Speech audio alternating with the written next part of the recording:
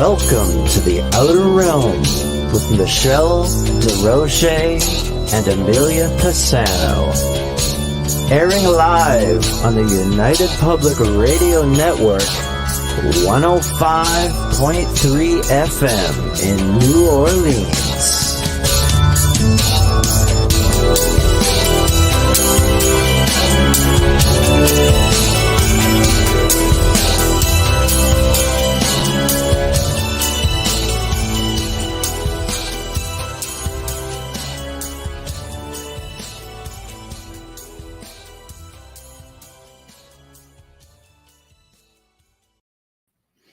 Good evening, everyone. Welcome to the Thursday night segment of The Outer Realm. We are broadcasting live here on the United Public Radio Network, UFO, Paranormal Radio Network, 105.3 and 107.7 FM from New Orleans. We are fully sponsored by the amazing people over at Folgers Coffee who have been a part of our journey since the very beginning. So thank you, Folgers. We couldn't do it without you, nor would we want to. Also, big thank you to Justin Snicker, aka Dr. Snick, the Sonic Surgeon, for his contribution of his music, his time, his voice for the intro that you just heard. He's an award-winning composer of Halloween, horror, sci-fi, and dark wave electronic music, which can be found on all of your favorite listening platforms. Also, big thank you to Steve McGinnis, the artist behind the banners and logos here at the show. Check him out on Facebook and Instagram. Also specializes in the horror genre and does amazing commission pieces. So tonight, we welcome back some personal favorites of ours, Dan Baldwin and George Sewell. And you might remember them from their books, Paranormal Pendulum. Well, they've covered 1 and 2. Tonight they're going to cover 3 and something I've been waiting for, the Sky People, who have been in contact and communicated with our Native American people throughout the ages. So I'm really excited about this because this is a really big folklore thing and I've studied it to great lengths and it's just fascinating. So in order to communicate with us, remember, you have to go to one of the 8 designated chat rooms. Actually 7, because Roku TV does not have a chat room, so I apologize. But remember, guys, it's like a 7-lane highway coming down to 1 lane. So it takes us a while, and we do have to keep up with the guys as to what the topic or, what they're talking about at that moment, shall we say. So I'm just going to bring up their book here. And once they come on, hold on, here we go. There we are. Paranormal Pendulum 3. Dan Baldwin, George Sewell. And this is part of what we're going to be talking about this evening. And they're just a hoot. They've sent over a few photos, and we're going to have a little bit of interactive fun tonight. So I see people are chiming in. Hello, Z-Sun. How are you? Hi, Janie. The people are just coming in. Don't be shy. Come on into the chat room. I see all kinds of people coming into the platforms and join on in. Be interactive. We have a lot of fun. And I think, hold on. Yeah, the guys had a great time with us last time they were on. The chat room was just on fire. And that's what we like to see. So you have to remember, the guests can also see your comments. So we put them up as we go along and try to make sure we get to everybody. So Sky People, extremely fascinating to me. This is something that has been witnessed throughout the years. Of course, we know Sky People tended to be extraterrestrial. Oh, well, hello, Central Wisconsin. Nice to see you. Thank you for joining us. And of course, being ET, we know it goes back pretty much, to the dawn of time. We can see it in, all of these petroglyphs and hieroglyphs and all of these ancient monuments and out of place artifacts and statues. And oh my gosh, the list goes on. Oral history and oral traditions are huge. though, and it's something that gets passed down, and it happens in cultures all over the world. So what is up with that? Why haven't we heard more about this? This is something I really want to delve into tonight, because it's almost as though all of this information has always been there, but we've just not acknowledged it, for what it was. And now we make this really big deal out of disclosure. And it's like, this has been here the whole time. So why is it just now that we're making this big stink about it? Just- I don't get it, because the ancient people have always known it was there. And it seemed to be widely accepted up until the Roswell days. And then all of a sudden it became like taboo. Maybe because it got their hold of some technology, and all of a sudden it's like you couldn't talk about it because they had their hand in it. Whatever the case may be, we are definitely, it's almost like we're having an awakening of sort as to accepting this newfound information, which really isn't so newfound. And so many people struggle with it. It's like some people just it's easy to believe. For example, in my field of work, where we've done paranormal research and have helped people with really malevolent attachments from like day one, for 2 decades. And it's easier for them to want to believe in a demonic entity or a really malevolent spirit. Somehow it's easier to digest. And maybe that's because we have been so conditioned through religion to accept these things. And somehow, to the wayside, extraterrestrial presences have been pushed aside. And I don't get it, because I'll tell you, when I was young, I remember seeing all kinds of ET. It wasn't, well, you know, I know I'm an experiencer, I know I'm a contactee, but I've seen UFOs for as long as I can remember. I used to watch the night skies for it. I was never discouraged from that side of things either. So I'm sure my parents aren't the only ones who, didn't encourage it, but they did discourage it. As I got older, I found out, wait, this is a thing that's been going on in my family for a really long time, like generations. And we've come to learn that they do look for certain families, maybe certain lineages, whatever that case may be, it's happening. So, of course, when you're looking at the Native American people or the indigenous people throughout the world, ancient cultures and current cultures, they still have their oral traditions and oral history where they speak of people who come from the sky. And some people have not the best experiences. We've talked about this on the Gray Zone Uncensored, with, some experiences not so great. But for the most part, the experiences have been really wonderful. Ancient people emulated what they saw and what they experienced, and they did it in the form of architecture and artwork, communication, and they kept retelling their stories. Somehow, a lot of this is lost, and it's lost to modern generations. And again, maybe it's conditioning, but I don't know. I'm hoping the guys will shed some light tonight, and we are waiting for them to tune in. I'm just going to double check here. 1 second. Here's a link. And hold on, bear with me, guys. Sorry. Okay, maybe we'll just try this again. I think we're having a bit of a struggle. And not me. I'm not the one having the struggle. Okay, hold on. Ba, ba, ba, ba. All right, let's try this again. All right. So, again, guys. All right, I think I'm organized now. We have more people coming into the various chat rooms. So be patient with us, please.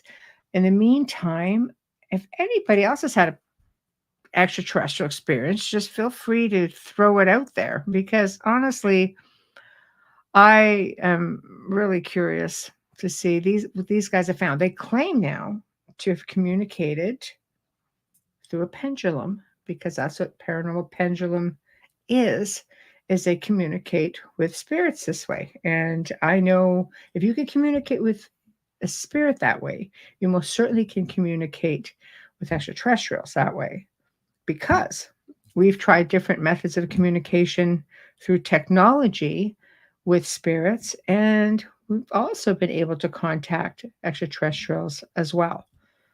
So I don't know, guys. In the meantime, hold on. Our guests of honor are coming through. Here. Hello, George. We're just waiting on Dan. How are you? I'm wonderful. Dan is somewhere between Arizona and Georgia, so Oh, it could be anywhere. it could be anywhere. Right. Well, it's nice to see you.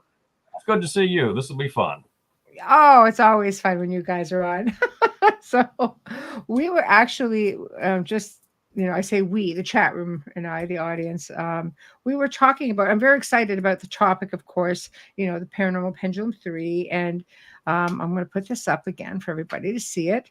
And of course, sky people and the Native Americans, to me, is highly fascinating, because I've studied a lot of ancient cultures and their contact and communication with what they call sky people. Mm-hmm.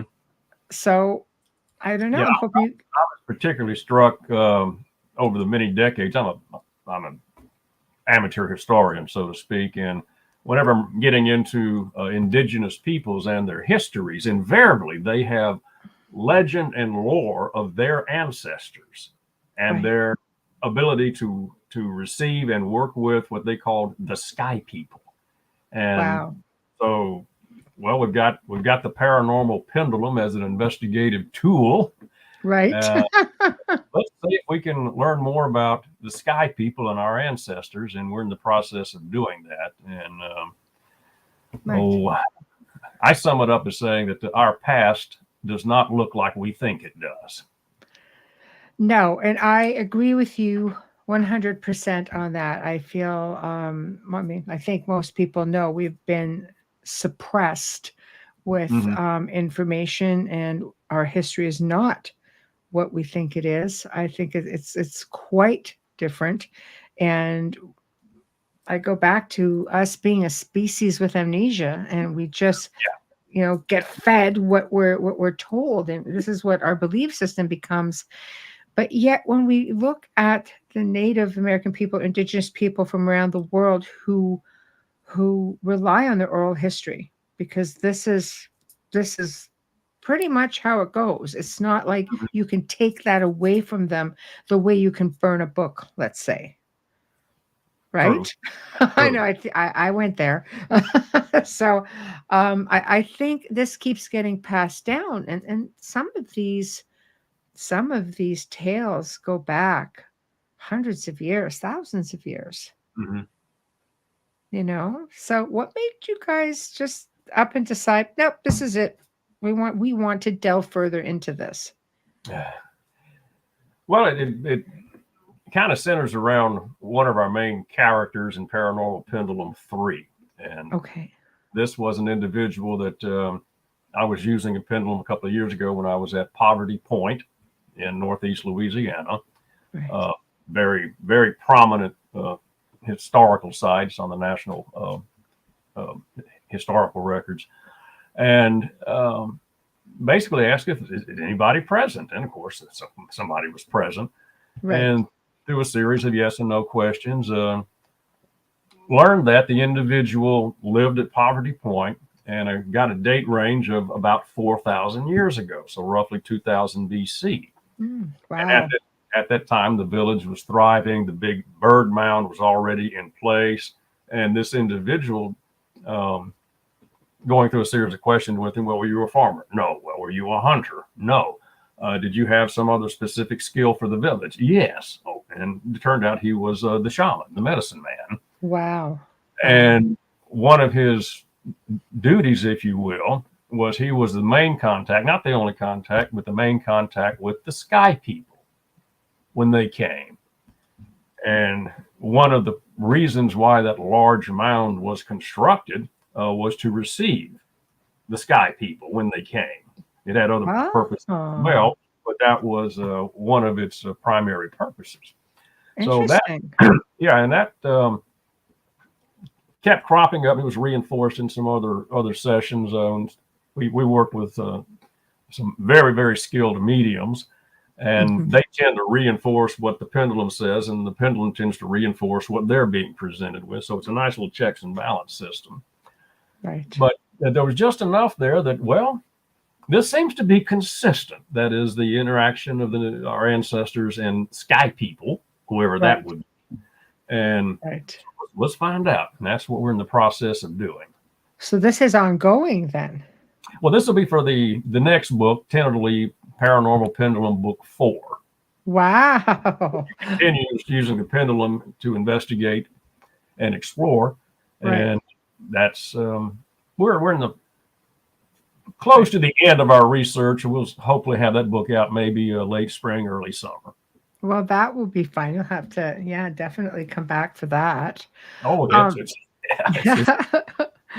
my curiosity is, in researching this, have you connected with a lot of, the indigenous people to be able to validate some of this and hear firsthand some of their oral history? Not specifically. In a recent session that I had, I've got a husband-wife team. She is psychic. She has a great set of skills, and he's very skilled with the pendulum. Right. So, basically, just let Lauren describe what's being presented. Right. And so she'll be describing the situation in the village. Actually, we took the three of us took a trip to Poverty Point a couple of weeks ago. So that very nice. The lady Lauren, so she could actually be on site. And of course, she immediately picked up the energy fields. We went up to the top of the mound, and she was just describing what went on the mound and all about the village. And what was occurring is she was conversing with the medicine man, who's called Jacques Po. Wow. So she had a face-to-face with Jacques Po, and right. Another curious. There's so many curiosities here, Michelle. My God. And I love it. I love it. On the drive back from Poverty Point, it's about a 3-hour drive from here, Shreveport and Bossier City. I asked Lauren just to recount as much as she could of what she was presented with, because I was recording it. Yes. And she made a note there that another spirit that we have worked with in the past was also present with Jacques Po, a spirit known as Maria. Now, I'll have to tell you a little bit about Maria. I don't think I've mentioned this before. No, please. Yeah. When Dan and I were researching for Paranormal Pendulum 3, right. One of the people who was working with us in that research was Maria. She, at that time, was the administrator of the Shreveport Museum, Spring Street Museum. And it's an old building in Shreveport. It's presumably haunted. So, of course, we had to have some sessions there. And really tapped in and was a big help on that. But shortly after the book was published, she up and died on us. Very suddenly. And earlier this year, when Dan and I were on a program similar to this, I think the discussion was going along that when you get into the spirits or this kind of ethereal realm, what you expect is probably what you're going to experience. And an illustration that Dan used for that, there was a session at the Spring Street Museum, and their offices are down in the basement, and there is a spring down there. So it's really cool. And we were having a pendulum session. Maria was present, being on staff there. And at one point, Maria kind of went, "Whoa! What was that?" somebody brushed my hair. And was it the individual we were talking with? Yes, I did it. Right. The point that Dan was making was that if Maria believed that any contact with that kind of entity would have to be negative or demonic or whatever she might use, that little brush of the hair would have terrified her. Right. She would have run screaming up the stairs or whatever. But because that was not her mindset, it was a kind of a little jolly, oh, he's flirting with me, even though he ain't got a body. It's okay, Right. But anyway, during that discussion on that particular program, that I really was having some strong impressions of Maria. And the next couple of days, I'm driving around town, and I kept spotting or noticing dark blue Volkswagen Beetles, which is a car she drove. Oh. So I'm thinking, okay. So, Maria, are you trying to make contact? Hell yes. So I do a pendulum check on it, and oh yes, it's very positive. So I notified Dan, take out the pendulum and see if Maria is wanting to come on board or she wants to make contact. Of course, he got an immediate big time yes. Spoke with one of our mediums, and oh yes, very much so. Maria wants to be a part of the investigative team for this particular book.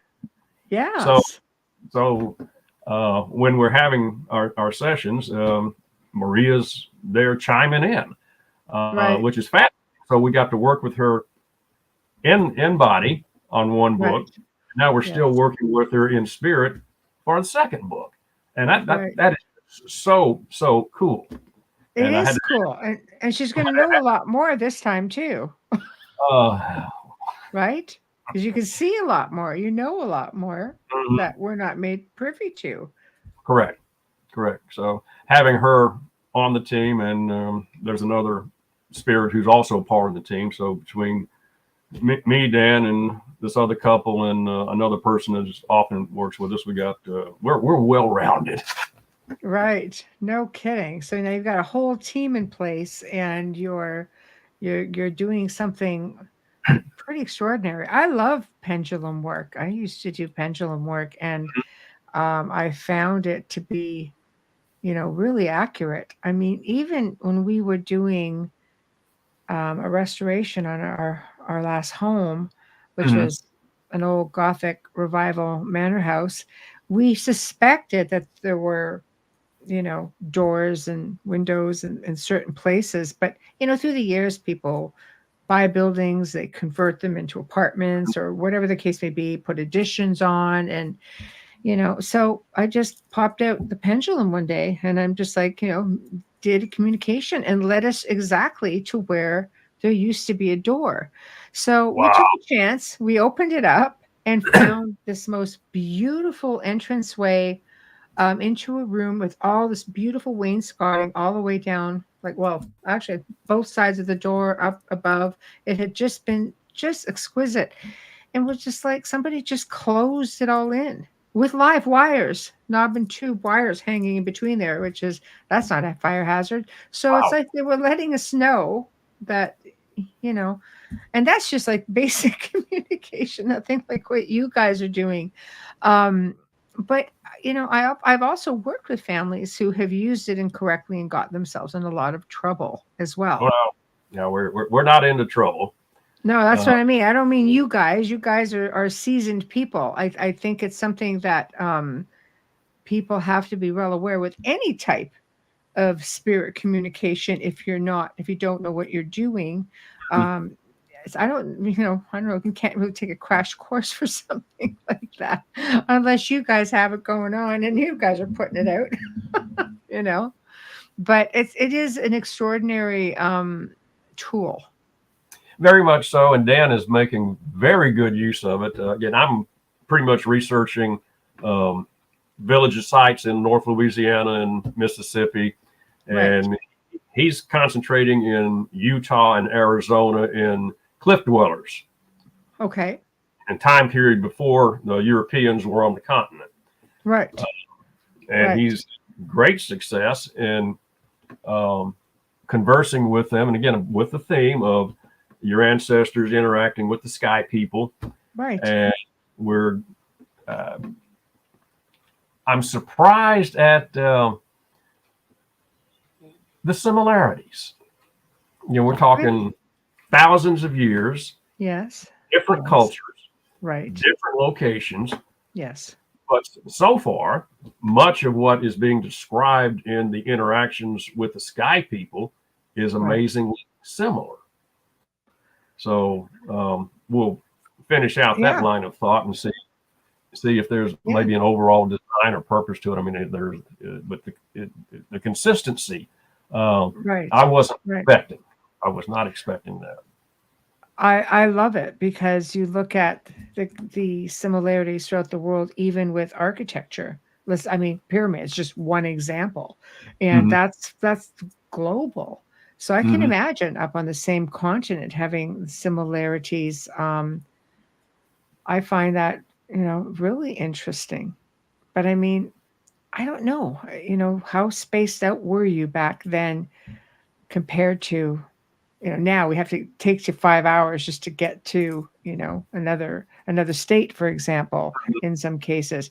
So these guys were pretty much all over the map as well. But I guess, from the grand scheme of things, if you're flying, you would connect up pretty quickly. And Dan is joining us. Dan, are you ready? I know you can hear me. Just nod if you're ready. I'll bring you on. I think he's frozen. Okay, there we go. Hello. We're seeing. You're there. Hello. There you are. Hello. Yeah, you're cutting out a bit. And you're freezing. Chattanooga. Yeah, you're freezing. Yeah, you keep freezing. We're getting bits and pieces of you. I mean, we'll take it, but we're still getting bits and pieces. But you're in Chattanooga.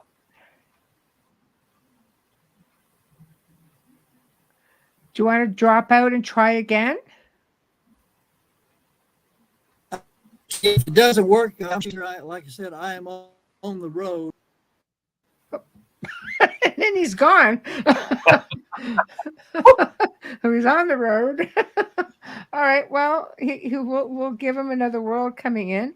Might be easier from his phone, so he doesn't. Oh, okay. We're gonna try this again. No camera this time, though. Okay. Here we go.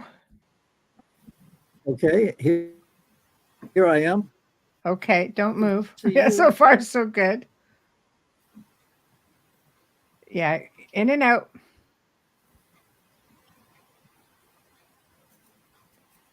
You're having an adventure. Well, at least I got.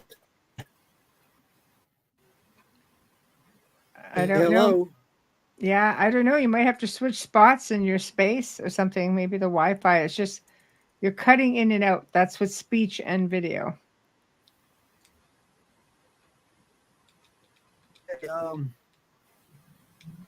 You guys carry on. Not a bad connection.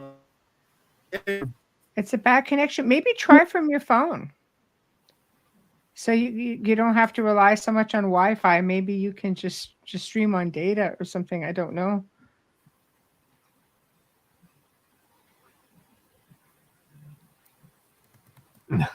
It's a tough one. I know. Yeah. I've had to do shows on the road. It's tough. You find one little spot in one little corner of the room and you just stay there. So I don't know. Oh, okay. It was and gone. So, okay. We'll wait. We'll see. So you are. So I guess the idea is going to different states and trying to do some comparison work just to see, like, are you looking for a certain pattern specifically? We're not looking for anything. Wow, you're winging it. I like it. The way we live as broad as we can, and we go where the information takes us. And then when looking at the individual sessions at the individual villages and whatnot, then we start saying, "Whoa, we're getting a lot of similarities here." And so we're investigating, but we have no idea where we're going, I guess might be the way to put it. Right. Well, yeah, that could be anywhere. What sort of similarities are you finding? Can you discuss that?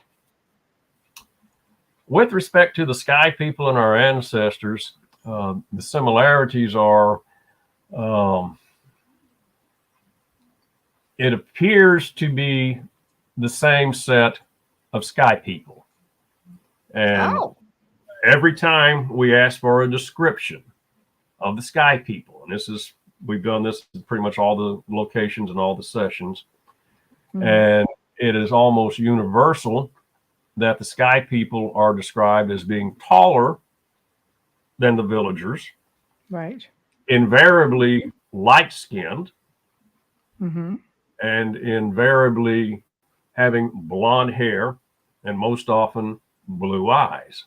And that interesting. That is a very common description from the literature.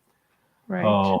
And I was a little surprised that this is exactly what we were discovering. We had no preconceived notions or anything, but that was very consistent in the description of physically what the sky people looked like to our ancestors. Right. That kind of led to a speculation that, well, I wonder if it's even the same group of sky people engaged in a specific purpose over a period of time. Right. And we got a hit on that, and I want to have another session and follow up and see if indeed that is what we are looking at, or if that was just a one-off or whatever. But right. We'll see where it goes. Right. And is it within the same time period? Like, are you dealing with, let's say, 100 years, or are you going 1,000 years? What seems to be the norm that is popping up? The norm is the activity. The time frame, the oldest time frame was 4,000 years ago at Poverty Point. Right. And there was a village in my area in Bossier City, Louisiana, actually adjacent to Barksdale Air Force Base, that 4,000 years ago, that was a major village. Wow. Kind of the spiritual center of all the villages in the area of Northwest Louisiana. Right. So who knew that? Right. So we got information there. There's another site that Dan is very involved with. That's the property of one of the ladies who works with us. And her property, 1,000 years ago, 1,000 years, not 4,000, but a mere 1,000. That's a long time still. Yes. It was a very successful village. It wasn't huge, maybe 100 people in the village. Right. But curiously, it turned out that at that village, at that time, Dan was present, right, as was Maria. And Oh. they were a couple. Ah. And so nobody saw that coming. Right. We had the Dan and Maria connection, and we're able to follow that as kind of a little plot line, and that really enriched what that village was like. And Right. A past what life happened, too. happened to them, what happened to the village. So there's a lot of storytelling about Right. these sites. Yeah, I think it's fantastic. So with these experiences that are happening, what seems to be the gist of it, or the main message or theme that that the villagers are having with these sky people? Are they being taught things, or are they being, are they given I'll say like the basic rules of life, live, love, laugh, all that stuff? Or is it something, more dire? Or because the ancient people had a much different relationship with the Very much beings so. from the stars than what we have today. Very much so. It depends on who we're actually communicating with. There was one individual, Right. Dan and I were communicating with by pendulum at a site near Red River in Shreveport. Right. And I forget what the time frame was. Right. But anyway, the individual we were talking with was just an average villager. He was a Right. farmer, and yes, he knew about the sky people. He didn't interact with them, but he was aware that yes, they came, and there was interaction with some of the villagers and the sky people. And I was curious how he felt about the sky people. And Right. what came out was he wasn't afraid of them. I mean, there was nothing physically frightening about them, and he wasn't afraid of anything that they were doing necessarily. However, he was very intimidated by them because they knew so much. Wow. Yeah, that would make sense. Yeah, he was aware of just all that they knew, and he was just cowed by it. So that was a surprise, response of the relationship between sky people and one individual. Right. But on the whole, it's all very positive, and there is a purpose to it. We're still unraveling the nature of that purpose, but it does seem to be consistent, whatever the time frame is, whatever the location, and the particular villages are. Right. And so the one mound was sort of a landing spot, I guess, when they're coming in. At this one particular site, Poverty Point. Now, yes, it's part of the mound building culture. I have no idea if the other cultures that built mounds, if they had any connection with sky people. I have a suspicion maybe they do, but we haven't investigated that. Well, there's some belief with researchers that even certain pyramids, not all, were used, especially down in South America, like this side of the world, that they could have been used as a place to land as well.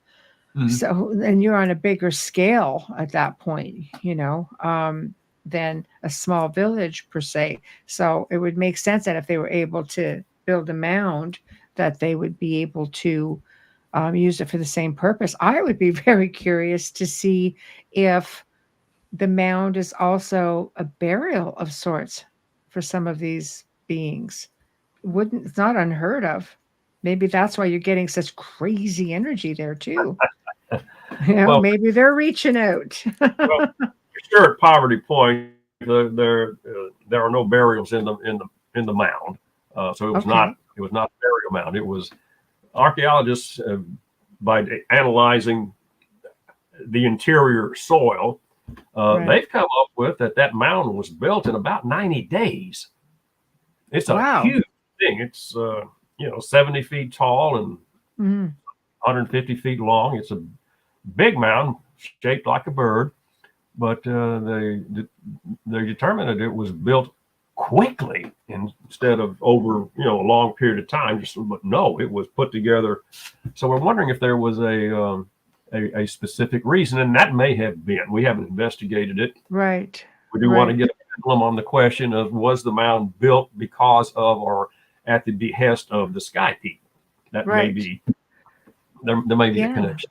We don't know, but it would be curiosity to see if something actually landed on it, or is there a portal in the area that would where they could come in and out of.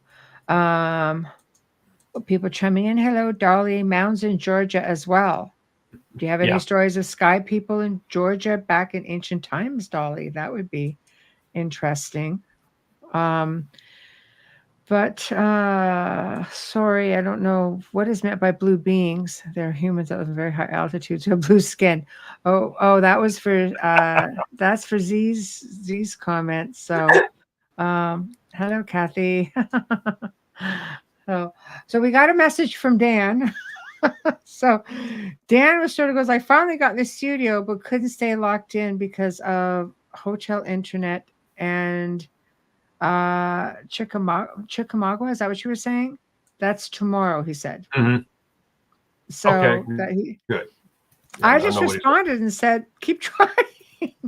Come on in. Just keep trying. Go find yourself that little corner someplace that will work a little bit better. So Dolly's I'm sorry. Oh, Dolly says is there yes. telephone only?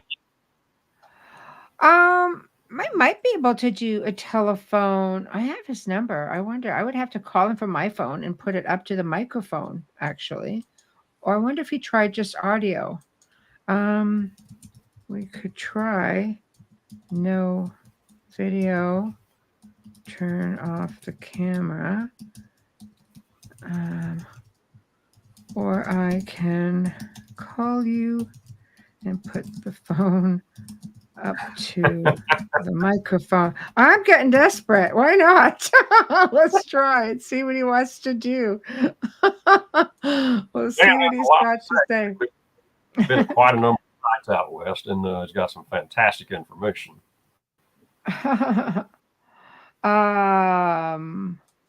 Okay, 1 second. Kat, I know, but Kathy, right here on the screen, Kathy did come in.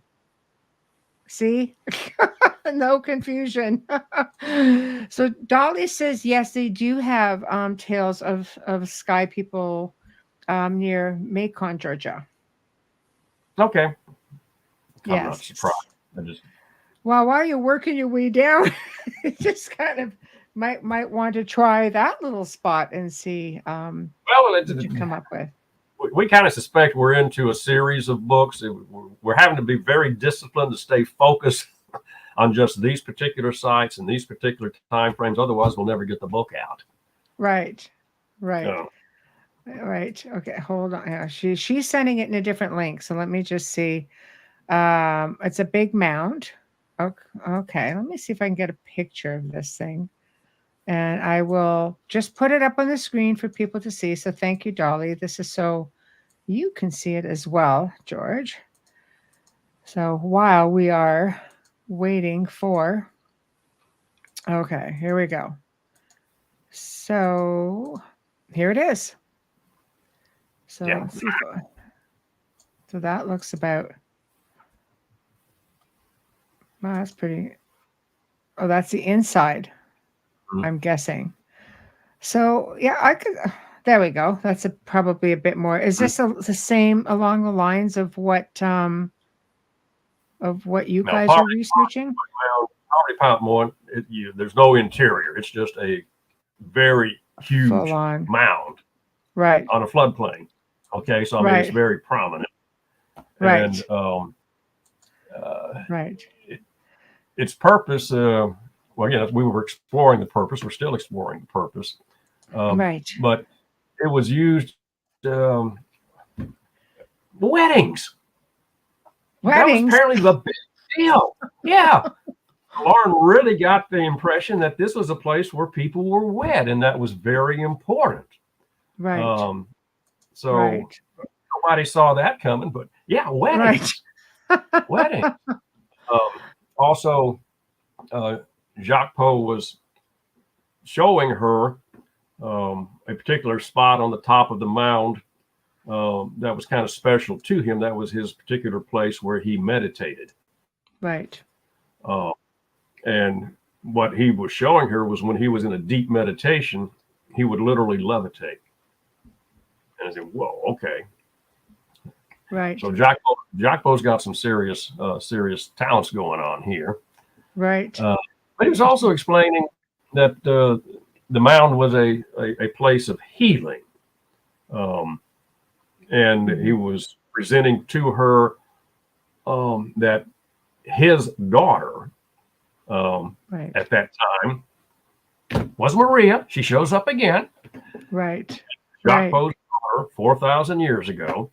Right. And she was really into herbs and using herbs for healing, and she was literally teaching her father Jacques Poe about it, and he was eating it up because he loved learning stuff.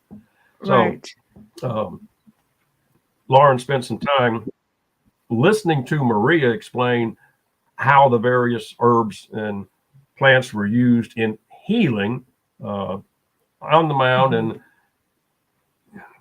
for those who may be familiar with the Poverty Point site, not too many years ago, they discovered two round structures. They found a series of circular post holes that once supported a large round circular.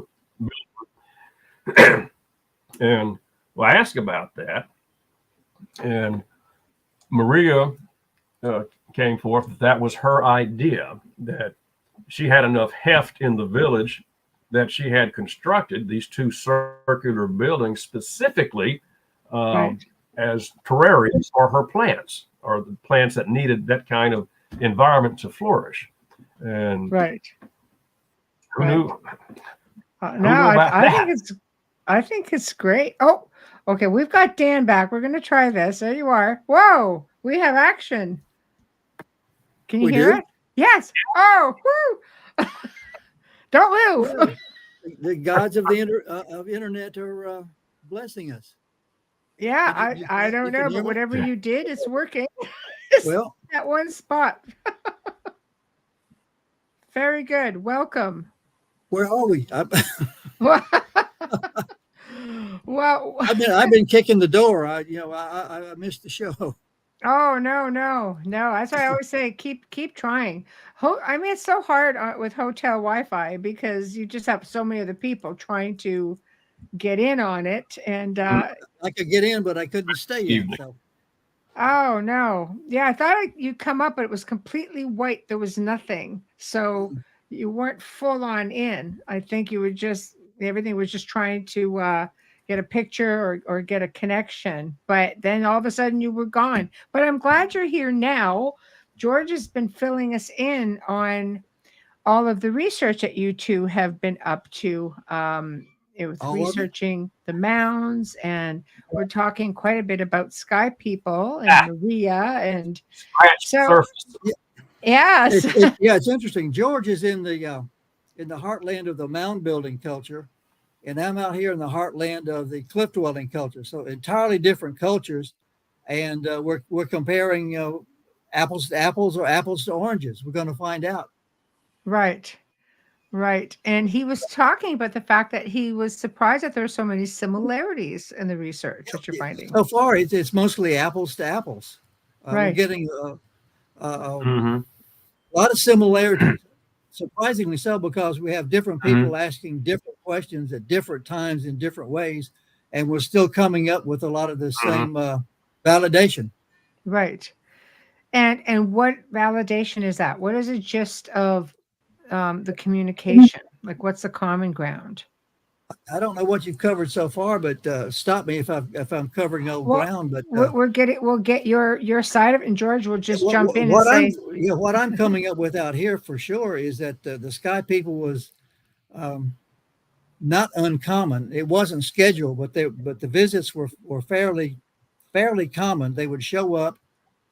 They weren't considered gods. They were considered people from the sky. Right. Sometimes they would point out, I'm from this star, or I'm from that star, or I'm from some other place. And the whole village didn't go up. Sometimes it was a shaman. Mostly the shamans, what I'm finding, went up. But occasionally chiefs would go up, and occasionally individual people would go up. But mostly it was the shamans. Right. And what intrigued me was the trade aspect. And I asked, they're from a highly advanced technical culture dealing with a Stone Age culture. What could you possibly trade? And the answer I got was information. They shared ideas. Oh, and we're trying to get into exactly what ideas did you trade, but the trade goods was concept, ideas. Yep. Wow. Yeah, same thing on this end. Wow. And, what I've come across so far, I haven't come across any grays. Me neither. Okay. That was a real surprise to me. But again, we're not through researching. But And the researches that I've done so far, mostly in the Southwest, a bit over in Texas and Louisiana, once in Mississippi, but I have not come across an instance of the grays. And I've tried to describe them in different manners, little people or dark people or short people, kids with big eyes, different descriptions, trying to work around it just to make sure I was getting accurate information. And I have not come across the grays yet. That's crazy. It's so interesting since they seem to be one of the most commonly spotted, or people experiencers have so many bits of contact with grays of all types of grays, tall grays, short grays, AI grays. Yeah, the little dark ones. But so far, again, that's why I asked the question in so many different ways and so many times, because it was, again, that points out one of the values of pendulum dowsing, because if we were controlling the answers, you would naturally expect to get an answer that you would expect to get, which would be, of course, there are grays there. And we're getting just the opposite. Right. Huh. So that'd be a good question, Dan, to ask her, why are we not learning about or being reported? Let's do that. Yeah, let's do that. Yeah, let's make a sticky note. Yeah. Remind me when I get back. You know my memory. Right. So George was saying that the most common one that seems race that seems to be surfacing are more humanoid, blue eyes, long hair, blonde hair, and taller. Is that primarily what you guys are like? Have you come across any other ones? Because in terms of entities, the only ones I've come across so far are the Nordics: blonde, blue hair, blue eyed, tall, very human looking, Norwegian looking. Yeah. They seem to be wearing uniforms. Yeah, we'll see where it goes, but it may be that we get that description from so many locations over so many time frames because it's the same group. That's why I'm thinking it's the same group. Right. It's very fascinating to me because there's so many different races out there. Some of them are pretty terrestrial, like they were here before us. You would think that they would make contact. If you look at the Hopi, for example, they talk about like ant people. Look at ant people, big heads, big eyes. I think automatically, I could be wrong, but to me, that's pretty close resemblance to grays. The long limbs and so on. But they were indigenous, like Native Americans. So it's interesting to me that you're not seeing them at all, because that's a pretty big deal. It makes you wonder if there was a certain amount of time, or why Palladians or Nordics would be the ones that were in the forefront. Maybe that's just it. Maybe we're in the time period of grace, So that primarily. Could be it. Keep in mind also the area that I'm primarily researching is a relatively small area of the Southwest, and in that one area there are hundreds of locations. I barely scratched the surface. So it's hard to make a hard and fast rule about that. But again, all I've come across so far is the Nordics. Right. And I'm pretty sure that would be borne out with further research, but obviously we're going to do further research. Oh, absolutely. It's incredible that, again, maybe there was just the age of, and maybe their territories. Maybe. Here's a question, and you may or may not know, because it's more along, ufology. Is there a correlation between blonde hair, blue eyes, and Rh negative bloodlines? We've not asked that. Right. Because you go back 20, 30,000 years ago, apparently there were just brown hair people. And then all of a sudden, Rh negative blood comes out of nowhere. You have green-eyed people, blue-eyed people, blonde hair, red hair, just in the last probably 20 or 30,000 years. So be curious to see if you guys make it keep going. As to what you're going to find. Keep going. Different book. Yeah. Dolly says most Nordic people are type A. Yes, but type A what? Negative? Positive? I'm a negative. And I have like naturally my hair is like a lighter, like light brown with red, a lot of red highlights. So I don't know. Maybe I'm just one of those freakazoid people. So along with 15% of the world. But you're very welcome, Kat. At least I can do for asking your question. Okay, so where are you going next with the research? I mean, what type of questions are you asking? What are you looking to draw out of all of this? That's a pretty big thing. Like we were just talking, George and I, a little bit earlier about how the ancient people were very comfortable with beings from the stars, sky people. We seem to be in an era since the Roswell days where it's almost taboo. We're not allowed to talk about it. Now we're making this big deal about disclosure. Like, what are you on about disclosure for? Because you have all these Native American people who have an oral history and they've known about it all along. And we're just catching up. Mm-hmm. And what we picked up, they're pretty open about discussing it. I've only had a couple of spirits tell me that they did not want to discuss going up into the craft. Most of the ones I've talked to are very open about it, and it's almost I don't want to say matter of fact, but it's not supernatural. It's something that's special that happened, but it's not the gods coming down thing. Right. I think that's, again, something that they're starting to feel, again, is conditioning, I think. Your religious belief system, you're conditioned to think a certain way.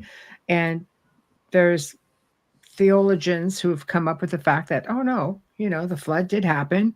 But a lot of these beings that came from the sky would have been revered as gods because they came from the sky, because people weren't conditioned by religion way back then. Not that they didn't have a belief system, but not so conditioned the way we are today. So we believe in a creator, and everything in between kind of makes you wonder, what the frame of mind is, because I've got Indigenous family, so I hear the stories that have gone on and how all kind, even Bigfoot. Some cultures will tell you, oh no, they're terrifying. Other Native cultures will tell you, no, they're just another race of being that you share space with. Well, a lot depends on what you expect. I mean, if you're of the belief that an alien encounter is going to be a negative thing, and you have an alien encounter, you're going to interpret whatever happens as a negative. If you're like, well, George and I go out on our searches, and we encounter something. We don't jump up and down and scream, "Oh my God, we got to get out of here! That's demonic." No, exactly. Exactly. Pick up the pendulums and say, "All right, who's here? Who's willing to talk? What's going on? What do you have to say? Give us your information." Right. So, what do you think? Have you even gotten that far yet? Because George and I have sort of, wandered around a few different areas here. But what do you think the message is in all of this? Like when, they came here to share knowledge, what did they leave behind for, the different villages of people that they were encountering? Because sometimes there's contactees now that say they have very important messages and so on and so forth. Do you guys know if you delved that far yet? Or let me jump in real quick and then pass it off to George. Yes. The one thing I'm getting, if there is a message, and there are probably several messages, but the one message I'm getting is that part of what George and I are supposed to be doing is to contact people who have had experiences and let them know that it's okay to have those experiences, and that it's okay to talk about it. It's okay to go seek help from people if you have questions, but it's not something to be feared, but something to be explored. And in some cases to be embraced. Yes. And then George probably has a better take on the big picture than I do. Well, the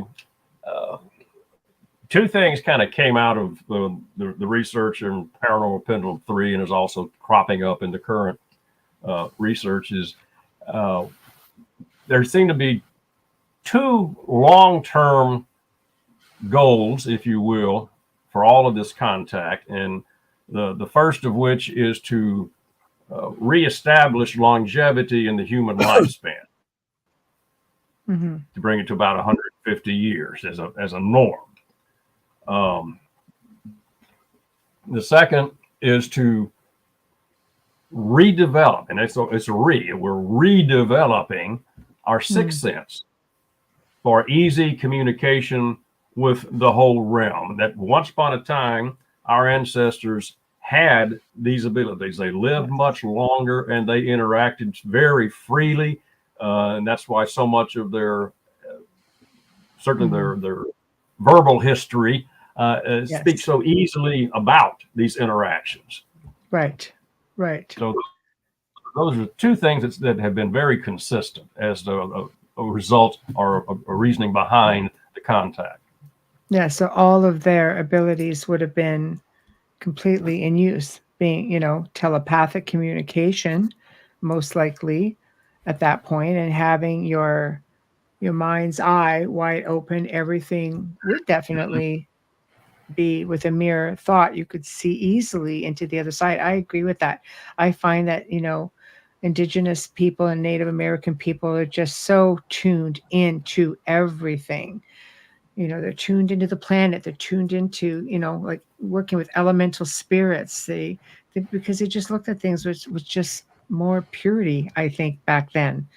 And even now, we've gotten away from, if you think about it, back then, especially the pre-Indian cultures, that the psychic ability was a part of survival. You had to have that, and so everybody not only had to have it, everybody had to use it, and everybody therefore did use it. As we became more technologically advanced, you had less and less need for the psychic development. Therefore, that skill, that attribute atrophied, and we've gotten away from it. And then part of, as George said, part of what they're trying to do is maybe to bring us back to where we were so that we can communicate more effectively with the others out there. I think that's one of the reasons our dowsing technique works so well, is because you connect the subconscious with the telepathic abilities of the other beings. My 2 cents. Right. Well, I agree. I agree with you.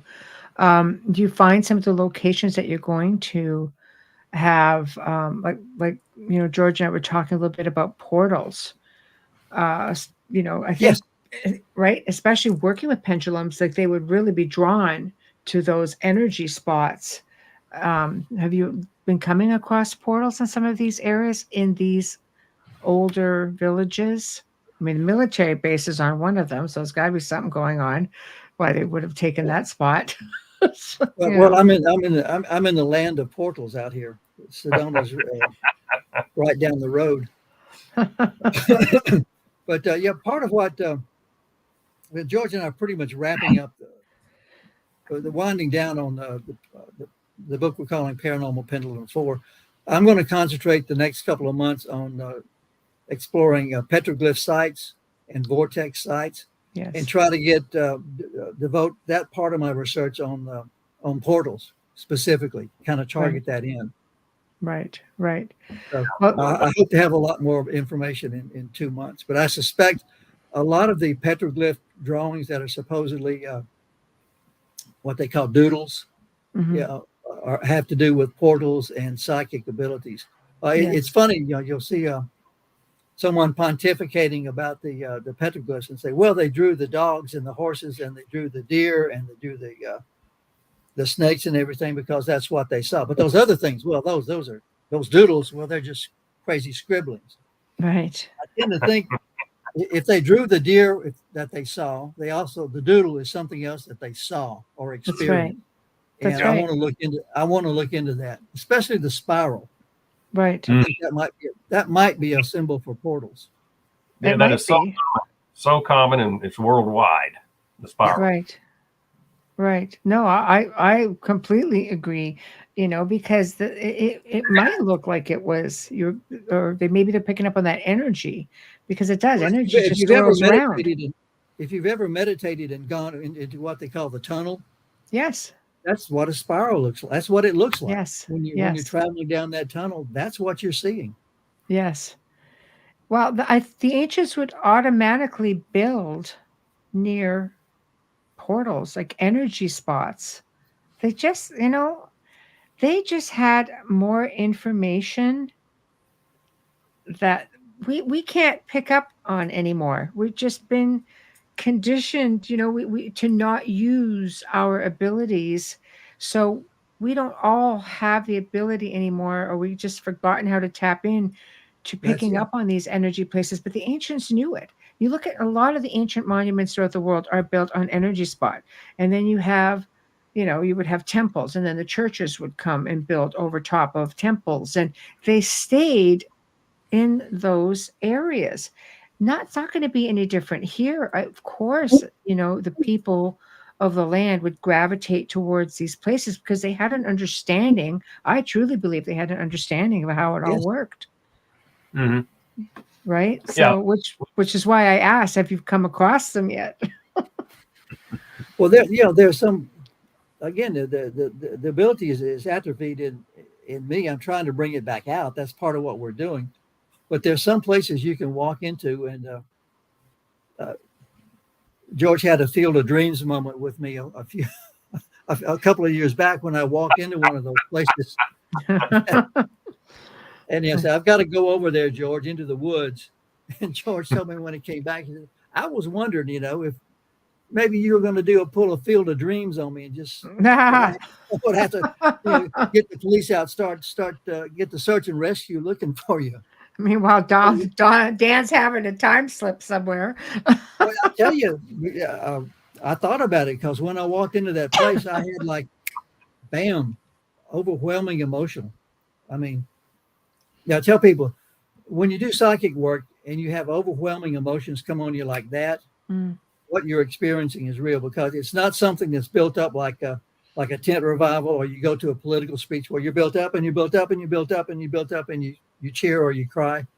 When you're walking into entering an experience and wham, you have overwhelming emotion. That's real. There is no denying that. And that's what happened to me out there. Wow. Have you had any missing time? Either of you working in some of these areas where maybe you've had contact of your own without realizing it?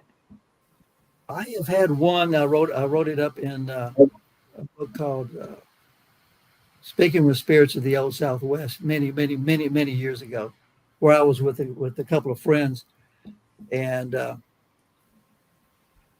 it's a little complex to describe, but they were there and I was here, and we had to walk past each other to get to where we were going.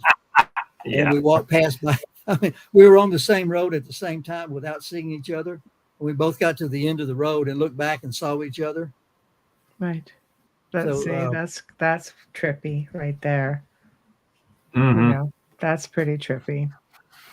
Yeah, but to my knowledge, George and I haven't had that experience. But that was really odd. Yes, I would say so. But the distance we're talking about the distance of a football field, walking down a narrow dirt road. Yeah. And you're both walking in opposite directions to the dirt road, on the same road at the same time, and you both get to the opposite ends, turn around and see each other. Right. Hello. See, this is it's a curiosity to me, because those of us, I mean, I've had experiences. I've been an experiencer going back, way back. It goes down in my lineage, so I'm not a stranger to it. But I do find that when you work in the field and you put yourself out there, and you guys do, you investigate, the paranormal, you're in and around areas of power spot, you go to places where you end up being by yourself in some cases, and very remote places that you never know if you're an experiencer for real or not. I know people no, it's never happened to me. I'm like, the hell it hasn't. I know it's happened to you. So how do you know it hasn't happened to you guys? Well, as George used to say when he would talk to, he would make his presentations to groups of alcoholics, how do you know you had a good time if you don't remember it? Well, that's exactly it. How So do you know you had remember. missing time if you don't remember it? That's just it. We don't remember. Yeah. So it's hard to say for sure, no, we're not experiencers or we haven't had. I found, and I'll tell this to people when I make my own presentations, I said, if you go out with an open mind and an open heart and you're serious about it, about having an experience, whether it's UFO or speaking with spirits or whatever, you will have an experience. Right. Maybe not every time you try, but if you go out, with an open mind and an open heart, you will have the experience. You will have experiences. I agree. I mean, there's this whole CE5 movement where people are going out and making this big theatrical thing about invitations. To me, it's telepathic. I go out and just exactly, and there it is. Well, the next day, like it's I had an experience similar to one George had across the street from his house. Mine was a little bit different. I was out camping on the reservation, Navajo, up above the Navajo nation. Very nice. Above the reservation, and in an area where I was looking over the San Juan River, and the area I was looking over was completely dark. I mean, I could see for hundreds of miles, and there are no towns, no roads, no farms, no villages, no lights, no streets over the area I was looking at. And I did a thing. I meditated that evening. Meditated on having an encounter, and that evening crawled into my cot, went to sleep, probably a little before midnight. The full moon had set, and 3 o'clock in the morning, bam! I was wide awake, set up, and hovering over the river was a yellow globe about the size of a full moon, just hovering there. No detail, but it was. If it was some kind of a structure or something, it would have been 2 or 3 miles away. Of course, there's no way to tell, but it was the size of the full moon from my perspective. I sat up and watched it, got out, threw over my coat, put on my warm breeches, crawled out of my nice little warm sleeping bag, walked around to my truck, watched it for another couple of minutes, and it just hung there in the sky. And I said, I'm going to take a picture. Boop. Reached over for my camera, and it just winked out. It didn't fly away. It didn't dissolve. It was there. Then it just wasn't there. And my impression is, like when I say this is like George's experience, I think it was, hello, we're here. You're doing good work. Keep it up. You asked and we delivered. Yeah, exactly. Yeah, because they're validating your contact. You asked for it and they're like, okay, here we are. Yeah, and in meditating, you ask for it in a respectful and serious manner. Yes. You're not out there, hope we'll see some lights tonight. Right. It's my name's Dan. I'm here. I'm trying to make serious contact with anyone who is willing to make contact, meditate. And it's worked several times. Nothing quite that dramatic. Right. But I'm probably hitting 5 out of 6 times. That's fantastic. That's fantastic. But I have to ask, because you're out there, you're by yourself, you're in the woods. There's a lot of things out in the woods, Dan. Yes. I mean, I have to hand it to you because these areas are just loaded with, cryptids and natural animals, like wolves and bears. But you do have you ever come across? I will tell you, at night, everything sounds like a bear. Right. Everything. You hear a mouse crawling. Great. You ever get any tree tapping or howling? No, when I go out, again, I go out with an open heart and an open mind, and often I'm trying to have an encounter. Right. And my intentions are good. My attitude is positive, and I expect positive results. Right. No, I love your outlook. Believe me, but there are some people who associate Bigfoot with extraterrestrial, where you see the orbs of light just before they have a sighting of, let's say, Bigfoot. Some people actually believe they're interdimensional beings. So I was just sort of wondering if you sort of fell into any of those type of experiences, because they'll get tree tapping or communicating across great distances, very benignly in many cases, but when you're out by yourself and then you don't get the city lights, so you get That's a why you go beautiful out by clear yourself. sky. Yes. Yeah. And you don't get all the sounds of the city.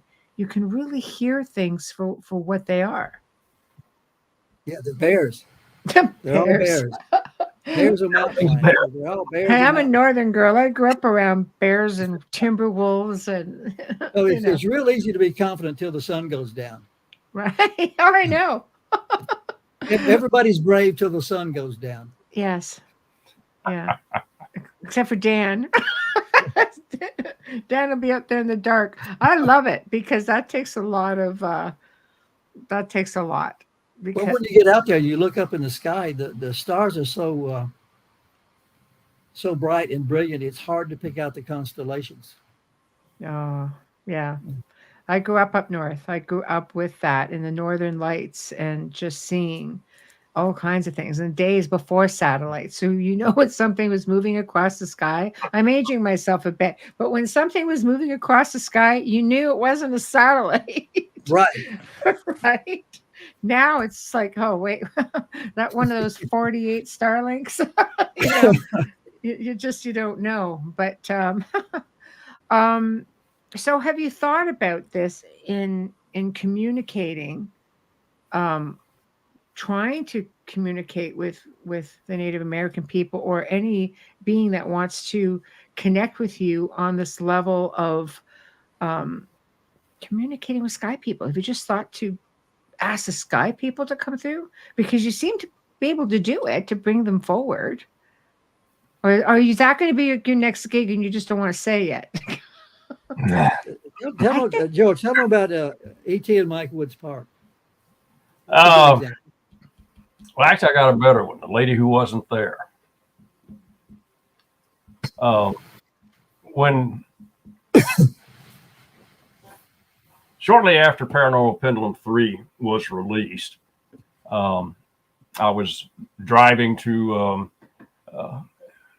a good grief session. Okay, one of our colleagues is evidential medium, and one thing she was doing at that time is once a month she would host 24 people in her studio for, she calls it good grief, and just whoever comes forth, and she'll try and link them up with who's present. And there's a lot of folks there who get a lot of relief out of it.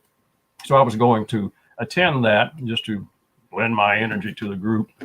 And as I was turning into the little parking lot in front of the studio, noticed that the car just beside me, looked over, and there was a attractive lady in the driver's seat, and she kind of looked up and waved at me. I figured, okay, she's probably going to the session as well. Well, okay, fine, I'll walk with her.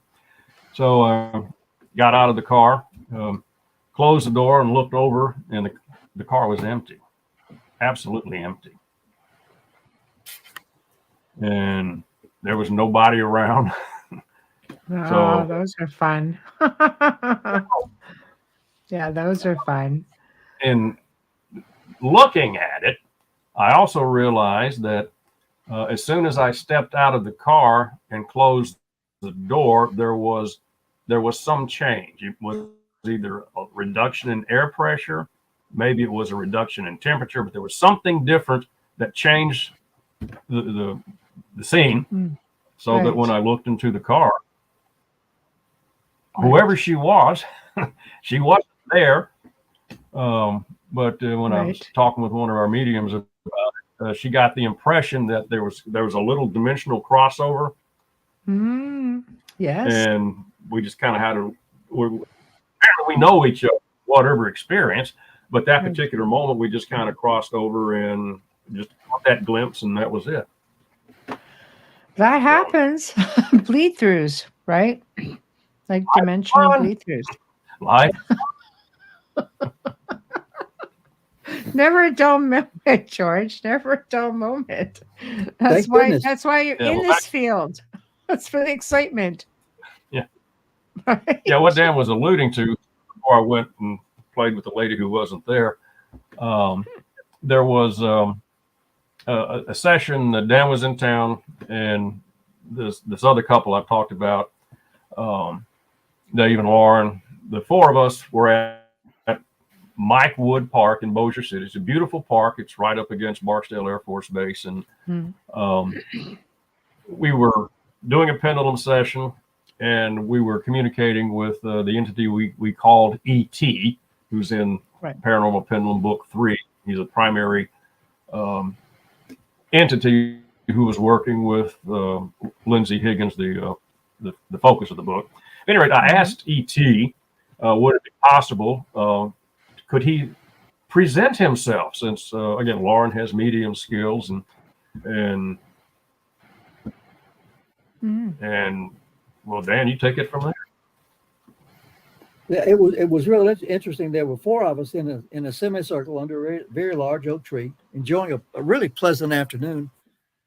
And I'm not a medium, Lauren is a very good medium, but my instrument is the pendulum. But Lauren and I were sitting, and she was looking pretty much in the center of the semicircle, and I was too. And I looked over to her and said, "Are you getting that?" And she said, "Yeah." And she was seeing. All she would say it was a purple glow. She was seeing a purple glow, and I was feeling an emotion. And if you read the book, in fact, we have a transcript, and all of a sudden you hear me saying, "Oh my goodness, I am tearing up." I was feeling such a blast of love. Lauren said, "It's mother love. We're feeling mother love." And it hit both of us at the same time. And like I said earlier, it came on just like that. That's extraordinary. And it lasted maybe a minute, but there was a moment. It's not something two people side by side, not talking to each other, couldn't create the same emotional feeling like that. So it was just the ET going, "Hey, this is what it's all about. It's all about love." At least that's the message we got. Yeah, I think that's, with all the propaganda that's out there, all the media, I think that it's like anything else. You put people on edge, and I don't want to discount, people. Some people have had really horrific experiences, that they've spent their whole life just trying to deal with it. But for the most part, I think most of the experiences do tend to be very positive. If I've had really bad experiences, I don't recall them. I recall having good experiences. And we've had them in the house, and, it was just like, okay, whatever.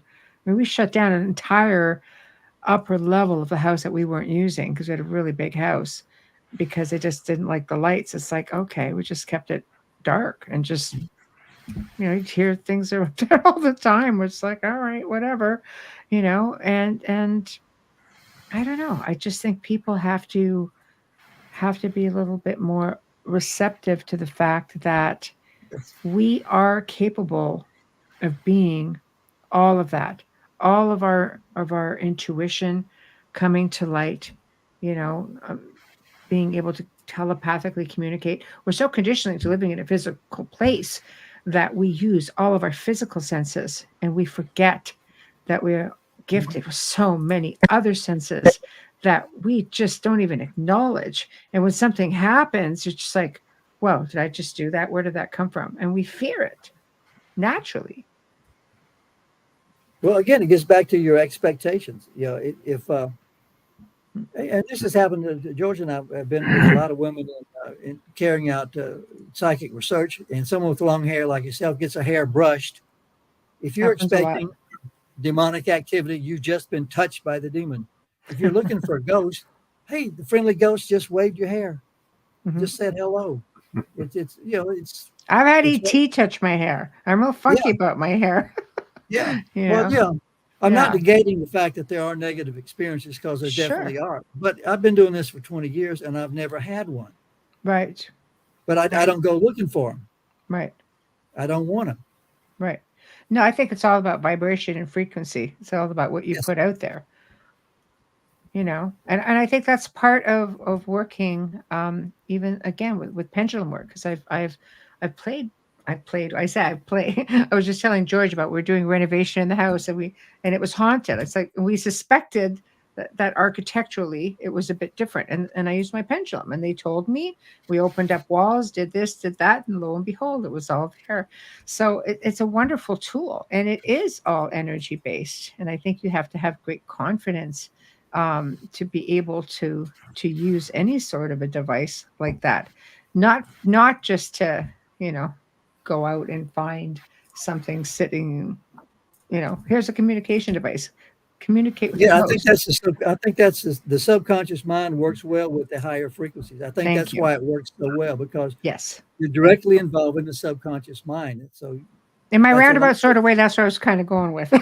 I just couldn't get it out. So thank you.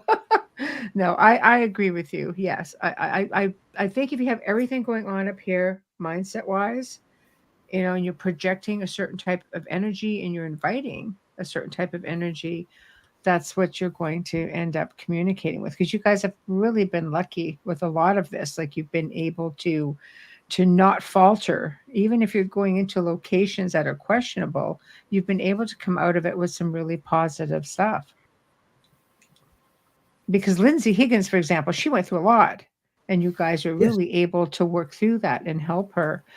So what started to be, something that was a little bit dark for her, because this is what you talked about on your first show. You guys are really able to pave the way for a lot of information for her. Well, that gets back to the pendulum dowsing technique, especially dealing with the spirit world. Allows you to have extended conversations, so you can conduct legitimate interviews or legitimate back and forth conversations over an extended period of time. So you're not just depending on an impression or a single EVP or a knock on wood for yes.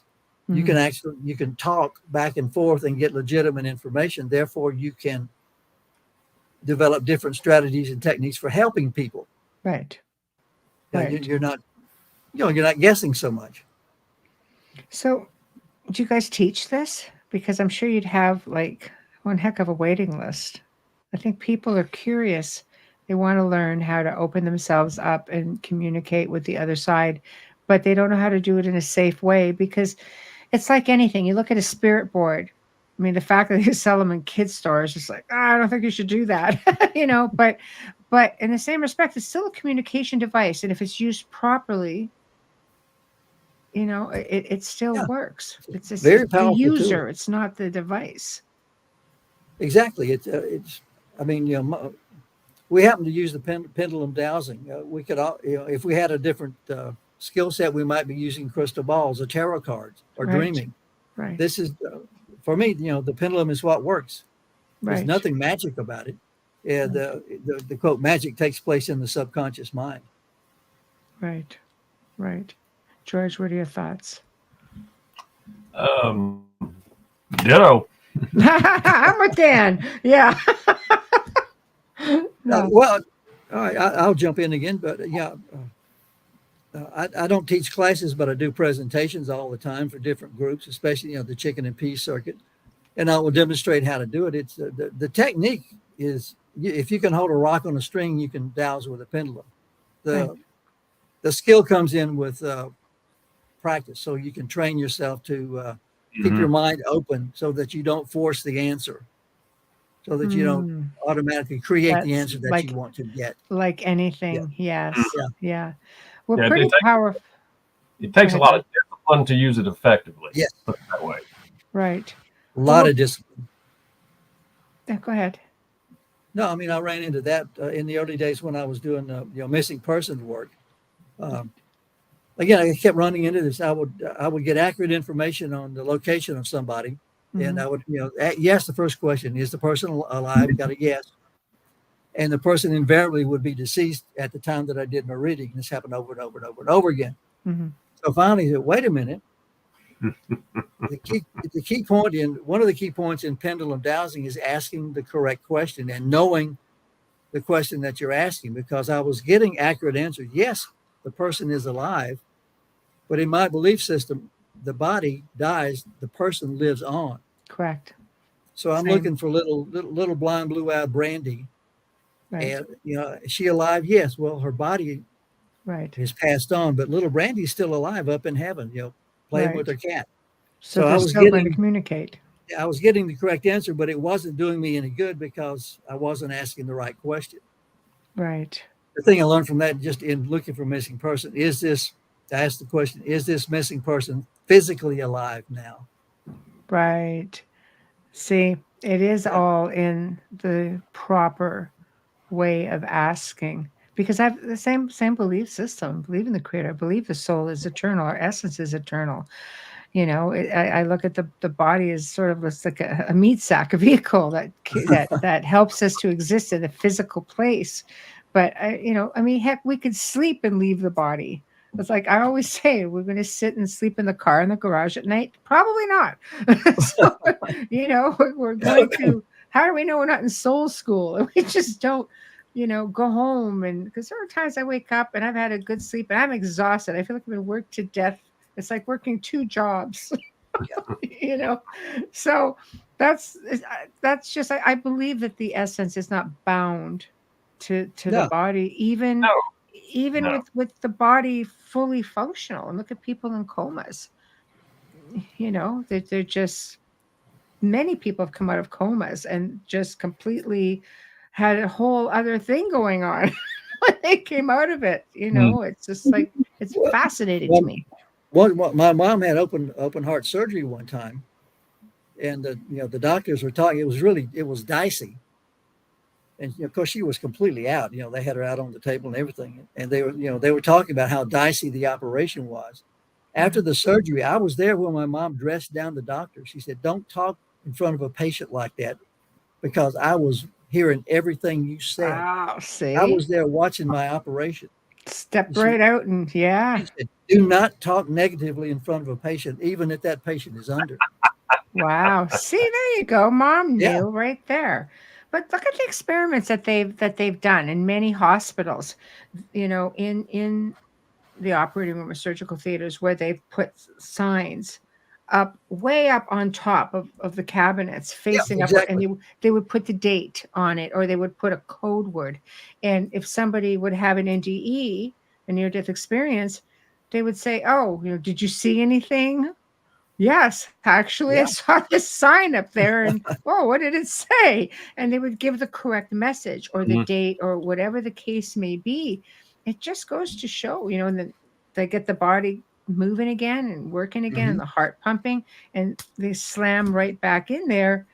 So it goes to show you, even not deceased, that we still have that capability. People have astral projection and out of body experiences on a regular basis, right? So we're powerful beings, and I think it's really important that we don't forget that about ourselves, because we should be able to connect with spirits so easily. And I like that you guys have found a way to do it that works for you, and that you're doing amazing research. I specifically like this one because having, Native American in my own, background, and hearing different stories, I liked the fact that you're bringing it to light, because it's all out there. Like I say, people are having hoopla. "Oh my God, disclosure." What? Where have you guys all been? We've all known it was there. So, right. So I think it's great. And I hope that you guys seek all the answers you want and connect all the dots. And I guess we're going to have to wait for, Paranormal Pendulum for it to get all the details. We'll let you know. I love it. You have to let us know. Yeah, count on it. Yes. You'll get them. You guys are persistent. Well, we may not connect all the dots, but we'll connect a bunch of them. Right. We find a whole bunch of dots. Let's put it that way. Right. You just got to line them all up. So, but I love that. It's a journey and a mystery all at the same time. And that's exciting. Right. So we're winding down, guys. What do you have coming up aside from your continued work over the next couple of months? Are you speaking anywhere? Is there anything you want to promote? Promote. This time tomorrow, I will have. I'm investigating a possible past life for myself. Oh, exciting! I will be doing that tomorrow. Right. And then December, January, again, I want to be investigating Native American connections to portals. And then George and I will get together and bang heads. Excellent. About what we're going to do with all this information. What indeed. I love that. I love that. George, how about you? Just kind of keep cruising along. Right. I like that. You just kind of go to the beat of your own drum and see where it ends up. I like that. Big rush. If I'm curious about something, I'll go there and. Right. I love it. I love it. Thank you so much for coming on, Dan. Sorry you had such a tough time, but I'm glad you finally made it and that you were able to spend some time with us. And I hope you will keep in touch and let us know how Pendulum 4 goes. Definitely. Yeah, I think I understand why you had trouble, Dan. Right. I know. You didn't wear your hat. I knew something was different. There we go. That's what it was. It's the hat. Yeah. Okay. Well, note to self, Dan. That's my antenna. That's it. That could very well be. All right, guys. Thank you so much. I'll be in touch. Bye-bye. All right. Good night. Good night. Good night. Good night. Well, guys, we've come to the end of another fantastic segment. You've got to love these guys. They're just wonderful. Bit of a slow start, but we did end up getting quite a bit of information out. So thank you to Dan and George for coming out and spending the evening with us and talking to us about their research. I'm really curious to see where they go with it all. It sounds fascinating. I love talking about portals and vortexes. And as you know, because you've heard me do it so many times here on the show. So I think they're really going to go someplace with it. So tomorrow night, or not tomorrow night. See, I did this. I really confused this last night. I need Bubbles. I need my little bubbly compadre sitting here. Send her some love and light. She's suffering with a migraine tonight, and barometric pressure just wreaks havoc. So send her some love, light, hugs, prayers, everything. Let's just get her back on track so we can get her back on the show. We miss her. So Wednesday night, this will do it too. This will get Bubbles back out here. We welcome back our very good friend Hamilton White from the Lost Relics of the Knights Templar TV show. He's going to be here live, by the way, all the way from the UK. That's 2 a.m. start time for him. So he's a champion. But he's going to be discussing his new book. Yes, you heard right. His newest book, Crusade Against the Grail 2. And wait for it. He's going to be doing a giveaway. So tune in. No, it's not the chalice because I've been begging for that forever. But anyway, you will be doing a giveaway. So you have to tune in and you have to answer the question or whatever it is he's going to put out there because I don't know yet. And see if you can win the book or two. And Thursday night, we welcome the return of Dr. Arlen Andrews Sr., who's going to be discussing his book series, Thaw. So this is going to be a little bit different for us as well. So I hope you all have a terrific weekend. Big thank you to Folgers Coffee for sponsoring the show. Big thank you to Dr. Snick, a.k.a. Justin Snicker. Big thank you to Steve McGinnis. Big thank you to all of you guys in the chat room. We love you. We appreciate you. And we shall see you all next week. Have a terrific weekend and good night.